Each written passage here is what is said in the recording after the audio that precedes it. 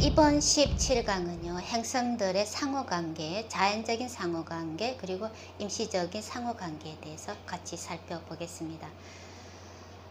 자, 제가 입문서 1권 2장을 통해서 9행성들의 신화에 대해서 소개를 해드렸습니다. 이러한 행성들의 신화는 행성들의 가진 자연적인 상호관계를 이해하는데 많은 도움이 됩니다.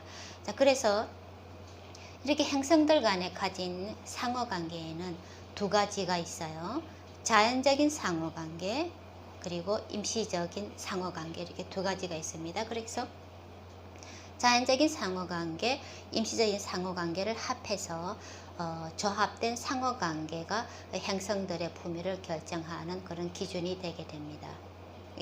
행성들의 16개 차트에 행성들의 품위를 결정하는 그것이 행성들의 자연적 상호관계, 임시적인 상호관계 합해서 조합된 상호관계에서 산출하게 되는 것이 행성들의 품위 차트입니다. 자, 이렇게 행성들이 가진 자연적인 상호관계, 먼저 자연적인 상호관계는요, 이 차트에서 행성들이 가진 품위나 위치, 그리고 합치, 어스펙트 등의 기준에서 산출하는데, 이러한 자연적인 상호관계는 라시타디 아바스타즈를 형성하는데 그런 근본 바탕이 됩니다. 라시타디 아바스타즈는 출생 차트에서 분포되어 있는 그 행성들을 제대로 풀이하고 이해하고 예측을 하는데 아주 필수적으로 중요한 그런 요소입니다. 그래서 이런 라시타디 아바스타즈를 통해서 행성들이 얼마만큼 힘을 발휘할 수 있는지 하는 그런 저력이나 힘의 세기, 강약 정도를 제대로 가늠하고 이렇게 평가할 수 있게 되는데요. 그런데 이 자연적 상호관계는 모든 차트마다 이렇게 같아요. 그런데 임시적인 상호관계는 개개인마다 다릅니다. 그리고 개개인마다 다르고 개개인 부속 차트마다 달라요. 왜냐 그러면은 임시적인 상호관계는 그 차트에서 해당되는 그 차트에서 행성들의 품위, 위치, 합치 등을 기준해서 형성해서 상호관계를 형성하기 때문에 그래요. 그래서 이렇게 자연적인 상호관계, 임시적인 상호관계를 합해서 조합된 상호관계, 그러니까 차트준을 위한 조합된 상호관계를 형성하게 됩니다. 이렇게 조합된 상호관계 차트는 조합된 상호관계는 딥타디 아바스타즈를 형성하는 그러한 바탕이 되는데요. 딥타디 아바스타즈는 라시타디 아바스타즈하고 좀 달라요.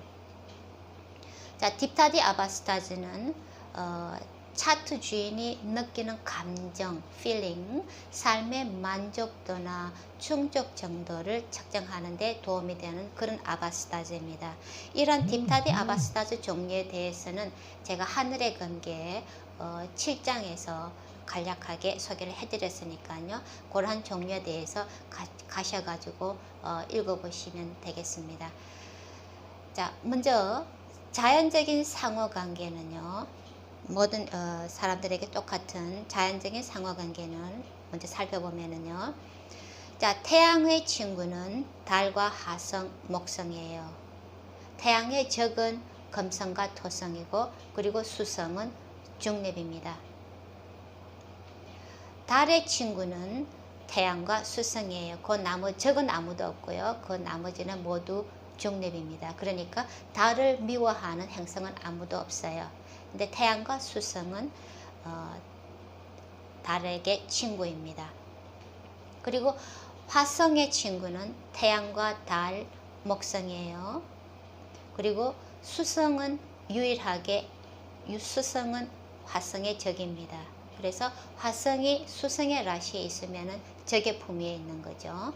그리고 금성과 토성은 화성에게 중립입니다. 수성의 친구는 태양과 금성이 수성에게 친구예요. 달은 수성에게 적입니다. 그리고 화성, 목성, 토성은 수성에게 중립이에요. 자, 달을 미워하는 적은 아무도 없어요. 근데 수성은 달에게 친구죠, 그죠? 그런데 다른 수성을 미워합니다. 그래서 수성에게 유일한 적이 한 명 있는데 그게 바로 달이에요. 그래서 제가 달의 신화를 통해서 소개를 해드렸듯이 수성은 달이 놓은 사생아죠. 그렇죠. 이게 달이 수성의 아버지인 거죠. 그런데에도 다른 수성을 미워하고 수성은 자기를 키워준 양아버지 목성은 미워하는 동시에 자기를 무시하는 친아버지 달만 오매불망하게 된다고 그런 미묘한 가족관계를 가지고 있다고 말씀을 드렸어요. 그래서 이것이 가진 뜻을 이제 차트를 풀을 하면서 해야 되는데 수성이 수성이 달의 라시에 있게 되면 수성의 파워가 많이 약해집니다. 그런데 달이 만약에 수성의 라시에 있으면 친구의 라시에 있기 때문에 수성이 달의 힘이 강해집니다. 그래서 이렇게 그걸 이해하고 적용하는 방식이 다릅니다. 그걸 다음에 예시 차트를 설명할 때 또 좀 더 자세하게 말씀드릴 기회가 있을 거예요. 어쨌든 자연적인 상호관계, 그러니까 수성의 친구는 태양과 금성, 달은 적이고 화성, 목성, 토성은 수성의 적입니다. 수성에게 중립입니다. 목성의 친구는 태양, 달, 화성이고요. 수성과 금성은 목성에게 적입니다. 그래서 목성이 수성이나 금성의 라시에 있게 되면은 목성의 힘을 많이 잃어요. 그리고 토성은 목성에게 중립입니다. 말씀드렸듯이 캐프리콘 토성의 라시의 캐프리콘이 목성이 지약을 품위를 얻게 되는 것이죠. 얻는 품인 것이죠. 그런데 라지타디 아바스타디에서 입장에서 보게 되면은 목성은 토성의 중립의 라시에 있는 거예요. 그래서 목성이 캐프리콘 악어 라시에 있을 때 그 나타나는 효과가 생각보다 상당히 괜찮은 경우가 많습니다. 자, 그리고 금성의 친구는 수성과 토성입니다. 그리고 태양과 달은 금성에게 적이에요. 그리고 화성과 목성은 금성에게 중립입니다. 자, 토성의 친구는 수성과 금성은 토성의 친구예요. 그리고 태양과 달, 화성은 토성에게 적입니다. 그리고 목성은 토성에게 중립입니다. 그래서 이렇게 자연적 상호관계를 살펴보면은 토성과 목성은 서로 상호관계가 중립입니다. 그런데 어떤 행성들을 보면은 자기를 좋아해주는 행성을 중립으로 대하거나 미워하거나 이렇게 미묘한 그런 차이들이 있어요. 그렇다 보니까 이 자연적인 행성들의 상호관계가 서로 상방향으로 똑같은 게 아니다 보니까 좀 외우기가 어려운 그런 면이 있는데요. 그런데 이제 이거를 이해를 하시게 되면은 그 차트 풀이를 하는데 행성들의 범위를 이해하고 하는데 아주 빠르게 진도가 나갈 수가 있어요. 그래서 좀 헷갈리시겠지만 이 자연적인 상호관계는 반드시 외우셔가지고 잠을 자면서까지도 외울 수 있을 그런 정도가 돼야 됩니다. 자, 라후와 케투는 그림자 행성이기 때문에 독자적으로 상호관계가 없습니다. 그런데 있는 라시의 로드의 범위를 따르게 됩니다. 그래서 라후가 만약에 산양 라시에 있으면은 산양 라시 로드는 화성이죠. 그럼 화성의 범위를 따라서 화성에 가지는 상호관계를 따라가게 되는 것이고요. 그리고 케투는 그러면은 천칭 라시에 있겠죠. 그러면은 로드가 금성이잖아요. 그러면 금성에 가지는 자연적인 상호관계를 따라가게 됩니다. 이런 식으로 풀이를 하시면 되겠어요. 자연적인 상호관계는. 자, 그리고 차트마다 다른 임시적인 상호관계가 있습니다. 임시적인 상호관계는 굉장히 보기가 쉬워요. 자, 어떤 행성이 위치한 그 하우스에서 앞에 3개, 뒤로 3개. 그러니까 행성이 있는 자리가 첫 번째를 친다 그러면은요, 두 번째, 세 번째, 네 번째 있는 행성, 그리고 뒤에 있는 12번째, 11번째, 10번째 있는 행성의 로드는 그 행성이랑 친구입니다. 나머지는 다 적이에요. 그 예를 들어서 행성이 만약에 수성이 황소라시에 있다고 해보세요. 그러면은 앞으로 세 개가 쌍둥이 개 사자가 되겠죠. 그럼 그 로드들과 그리고 뒤로 세 개가 산양 물고기 물병이 되겠죠. 그럼 그 세 개 로드들하고 수성은 그 차트에서 친구가 되는 거예요. 근데 나머지 그러니까 만약 수성이 화성이랑 황소라시에 같이 있다고 그러면 그 첫 번째 되는 거죠. 그러면 화성하고 적이 돼요. 그리고 나머지 네 번째, 다섯 번째, 여섯 번째, 그리고 헷갈리네요. 그러니까 두 번째, 세 번째, 네 번째가 친구니까 그러면 다섯 번째, 여섯 번째, 일곱 번째, 여덟 번째, 아홉 번째 있는 이 모든 행성, 그 라시들의 로드들은 모두가 이렇게 그 수성과 그 임시적으로는 적이 되는 거예요. 그렇게 해서 임시적인 관계를 기억하시는 게 앞에 세 개, 뒤에 세 개 이렇게 기억하시면 그거는 친구고 나머지는 다 적이다. 그렇게 기억하시면 외계가 상당히 쉬워요. 자, 그렇게 해서 자연적인 상호관계, 임시적인 상호관계를 같이 합해서 조합된 상호관계를 형성하게 되는데 이러한 조합된 상호관계는 5가지 종류가 있습니다. 좋은 친구, 보통 친구, 중립, 적, 나쁜 적 이렇게 5가지가 나옵니다. 그래서 자연적인 상호관계가 친구고 임시적인 상호관계가 친구면은 같이 합하면 아주 좋은 친구 Great Friend GF가 되는 거예요. 그런데 친구이고 하나는 친구이고 하나는 중립이면은 그냥 보통 친구 Friends 되고요. 두 개 다 중립이면은 그것도 중립이 되는 거고 그리고 친구고 하나는 친구인데 하나는 적이 되면은 그건 중립이 됩니다. 그리고 하나는 적이고 하나는 중립이면은 그거는 적이 되는 거예요. 그냥 적 에너미가 되는 거고 근데 둘 다 적이에요.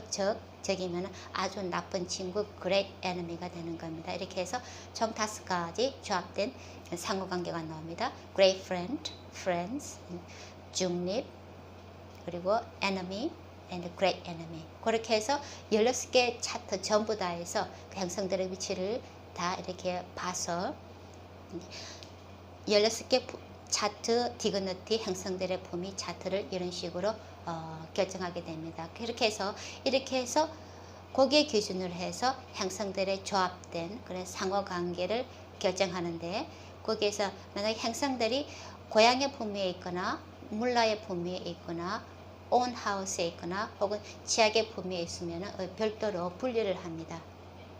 그렇게 해서 행성들이 그러니까 고향, 물라, 온, 지역, 그리고 great friends, friend, 중립, enemy, great friend 이렇게 나가겠죠. 그래서 행성들이 좋은 품위에 있을수록 그 의미는 그만큼 좋은 환경이나 여건에 있는 것을 의미를 하고요. 그래서 그만큼 행성들이 가진 저력을 쉽게 장애물 없이 발휘할 수 있어요. 그래서 연관된 로드하는 연관된 하우스들의 좋은 점들을 잘 충족시킬 수가 있게 됩니다. 근데 나쁜 품위에 있을수록 그만큼 어려운 환경이나 여건에 있다는 그런 뜻을 의미를 해요. 그렇게 되면 그만큼 행성들이 자기가 가진 저력이나 그 효과들을 발휘하는데 많은 열매를 실현하는데 많은 어려움을 겪겠죠. 그런 것들을 의미를 합니다. 자, 앞에서 제가 비디오 22번에서 33번을 통해서 이제 아홉 행성들이 가진 특성들에 대해서 간략하게 소개를 이미 드렸습니다. 자, 그렇게 해서 이렇게 행성들이 가지는 품위 결정하는 조합된 상호관계까지 설명을 해드렸고요. 그리고 이미 또 아홉 행성들에 대한 기본적인 정보는 제가 앞서 기초 강의를 시작하기 전에 비디오를 통해서 설명을 드렸으니까 그거를 참조하시면 되겠고요. 그런데 그렇게 해서 이렇게 조합된 행성들의 기본적인 정보를 기준으로 다음 17강에서는 행성들이 가진 것 특성으로 차트를 보지 않아도 그 사람을 보면은 그 행성들이 그 사람이 어떤 행성들 타입인지 하는 그 사람들을 알 수 있는 법에 대해서 같이 살펴보겠습니다. 그러고 난 뒤에 각 하우스별로 하우스 강의에 들어가도록 하겠습니다.